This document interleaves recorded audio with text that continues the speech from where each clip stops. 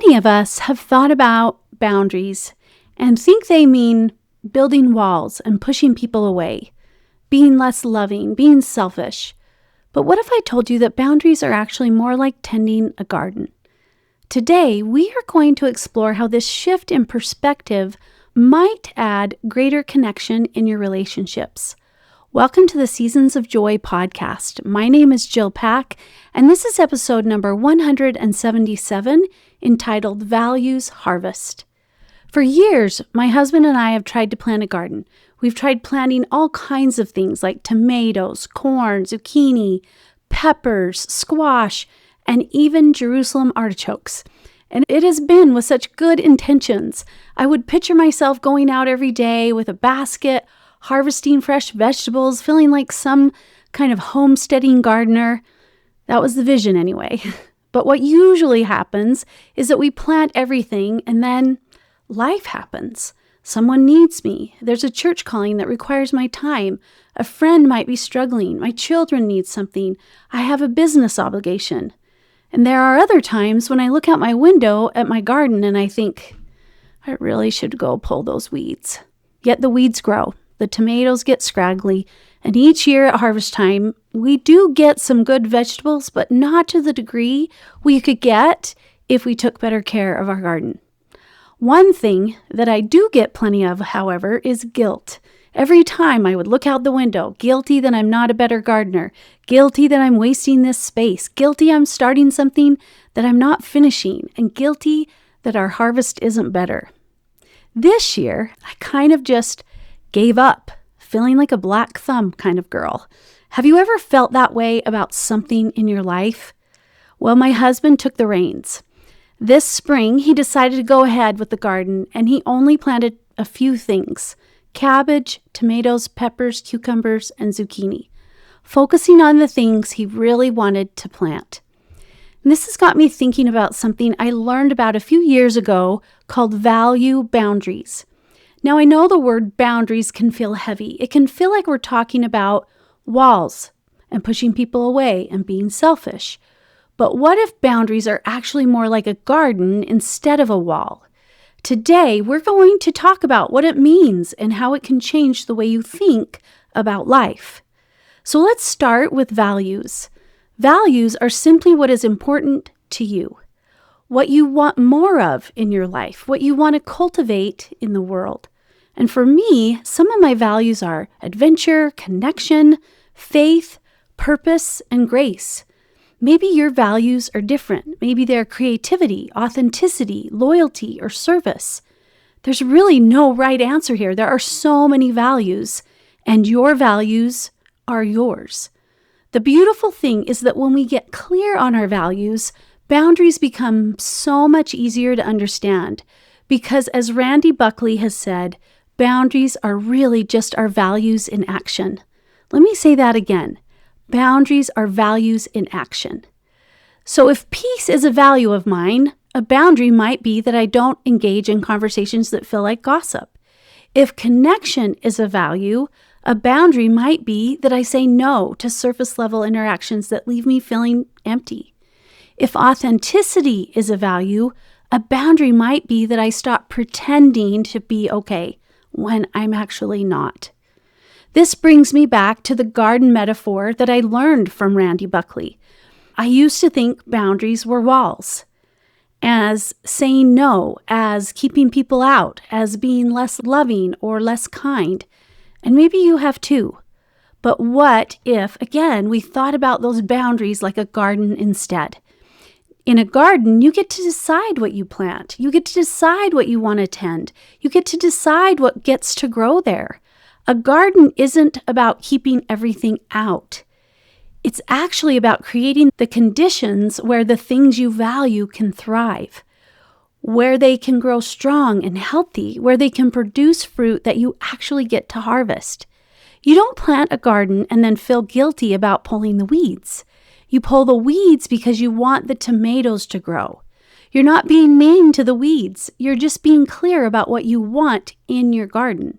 Because if the weeds take over, there's nothing to harvest. The very things you planted with such hope and intention get choked out. The same is true in our lives. When we don't have clear boundaries, when we let everything and everyone into our garden, we end up exhausted and empty-handed, wondering why we're working so hard, but experiencing so little joy, so little peace, so little of what we actually value. I love this idea so much because it shifts boundaries from being a negative thing to being a proactive force of creation. It's not about building walls. It's about tending the life you want to live so that there's actually something beautiful to harvest. So what does that look like in the day-to-day life? Well, maybe you have a friend that calls you pretty regularly, and every conversation feels the same. She shares all of her problems and frustrations, which you're happy to listen to. But then when you offer any kind of perspective or input, or even just ask questions to help her think through things, she shuts down. She doesn't want solutions. She doesn't want to explore her thoughts. She just wants to vent over and over and over. And then you get off the phone and you're feeling drained. You're feeling heavy, feeling like you had just given an hour of your life and neither of you were better for it. There is no fruit from these conversations, no growth, no movement, just the same patterns over and over. It's like planting seeds week after week in soil that never produces anything. Now, the old you may have just kept answering the phone. The old you may have thought, well, she needs me. I should be there. That's what good friends do. That's what good Christians do. I'm being selfish if I don't want to listen. But then you realize that connection is in your garden, but one-sided venting is not. Peace is in your garden, but feeling drained and heavy is not. So you can ask yourself, what is missing from these interactions? And the answer could be mutuality or growth or hope. You can't change your friend. You can't make her want to grow or change or think differently. But you can decide what you're going to say yes to and what you're going to say no to. So the next time she calls after she vents for a while, you could gently say, I love you and I want to support you. I'm wondering if you'd be open to exploring some of these thoughts together, because I really want to help you. I don't just want to listen to the same struggles week after week. She may not be open to it, and that's okay. That is her choice. But you get to make yours. You tell her that you need to take a step back from your regular calls because you are finding that they aren't life-giving for either of you. You say it with love, you say it with kindness, but you say it. And she gets upset and she feels rejected. That can be really hard because we don't want to hurt others. We just want them to understand us and to see that we are actually trying to love both of us better. People don't always understand your boundaries, and that is okay. Your boundaries aren't about them. Your boundaries are about you and what you're cultivating in your own life. Now, does this mean you don't talk to your friend anymore? No, it means you meet her outside of your garden. You can still care about her. You can still pray for her. You can still send her a text message or meet her for lunch occasionally. But you don't have to let those one-sided venting sessions into your garden anymore, because that's not what you're planting there. There is a difference between being nice and being kind. Being nice says yes to everything. Being kind says yes to what actually is good. Being kind includes being kind to yourself. I think as women, especially women of faith, we've been taught that we should give and serve and be there for everyone. And service is beautiful. It's Christ-like. Love is beautiful. But we can't serve from an empty well. We can't give what we don't have. And if we never harvest anything from our own garden, we have nothing to share. We're just running around depleted, trying to give from a place of exhaustion rather than abundance. Jesus himself set boundaries. He went away to pray. He said no to demands on his time. He focused on his ministry. He was kind, but he wasn't endlessly available to everyone at all times. And if Jesus modeled boundaries, maybe we can give ourselves permission to have them too. So how do you figure out what your value boundaries are? You start by asking yourself some questions. What do I value? What do I want more of in my life? How do I want to feel? How do I want to show up in the world? And then ask, what's currently in my life that doesn't align with these values? What am I saying yes to that I wish I was saying no to? What am I tolerating that's actually costing me my peace? You get to decide. That is the beautiful and terrifying truth. You get to decide what comes into your garden. Now, I want to be clear. This is not about being rigid or unkind. This is not about cutting people out of your life who are not perfect. We are all imperfect. We are all learning and growing. But it is about being intentional. It's about making choices based on who you want to be, not just reacting to what everyone else needs from you. I think about it like this. Imagine your values are like circles. Maybe you have an inner circle where you have your deepest values like safety, respect, honesty, and then you have other circles moving outward with different values. You can place people and activities in these different circles depending on which values you want them to have access to. Some people get to be in your inner circle where everything is shared. Other people are in outer circles where you still care about them, but you're more boundaried about what you share and what you allow. When you start tending your garden, when you start being clear about your values and living them out, your garden becomes beautiful. People are drawn to it. Not everyone, but the right people, the people who value what you value, the people who want to grow alongside you. And that's when the real harvest comes. That's when you experience the fruit of deep connection, of peace, of authentic relationships. That's when you realize you're not just busy anymore. You're living. When we plant what we desire, we care for those things. We find joy in those things. We learn to remove the things we don't want in our garden without resentment. We can harvest a heart full of gratitude.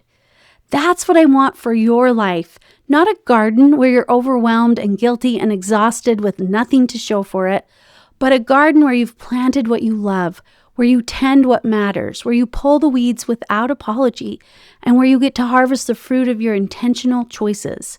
When you get to experience the joy, the peace, the connection, the love that you've been cultivating all along. You only have so much time. You only have so much energy. You only have so much emotional capacity. And how you spend those resources matters. I'm not saying this is easy. It isn't, especially when you're used to being the person who says yes to everything, especially when you've built your identity around being needed, especially when setting a boundary means someone might be disappointed in you. But here's what I keep coming back to. What is the cost of not having boundaries? What is the cost of saying yes when you mean no? What is the cost of letting weeds overtake your garden? For me, the cost was resentment. The cost was exhaustion. The cost was feeling like I was living everyone else's life but my own. The cost was joy. The cost was never getting to harvest the life I actually wanted to live. And I wasn't willing to pay that price anymore. So my invitation to you is this. Think about your garden. What do you want to plant there? What are your values? What brings you life? What lights you up? What helps you feel like your true and divine self? And what do you want to harvest? What kind of fruit do you want your life to produce? And then, with gentleness and courage, start tending that garden. Start pulling some weeds. Start saying no to what doesn't belong and yes to what does. It is not about being perfect. It's about being intentional. It's about creating the conditions where you can thrive, where the people you love can thrive, where the life God has for you can actually grow and produce the fruit He intended for you. You are not a bad person for having boundaries. You are not a selfish person for protecting your peace. You are not an unkind person for saying no to what depletes you. You are a woman of God who is learning to steward her life well, and that is beautiful. So this week, I want you to ask yourself one question. What is one weed I need to pull from my garden? Just one. Don't overwhelm yourself with pulling everything out at once. Just one thing. One yes that needs to become a no. One commitment that's not aligned with your values. One relationship pattern that's draining you. Pull that weed and see what space it creates for something better to grow.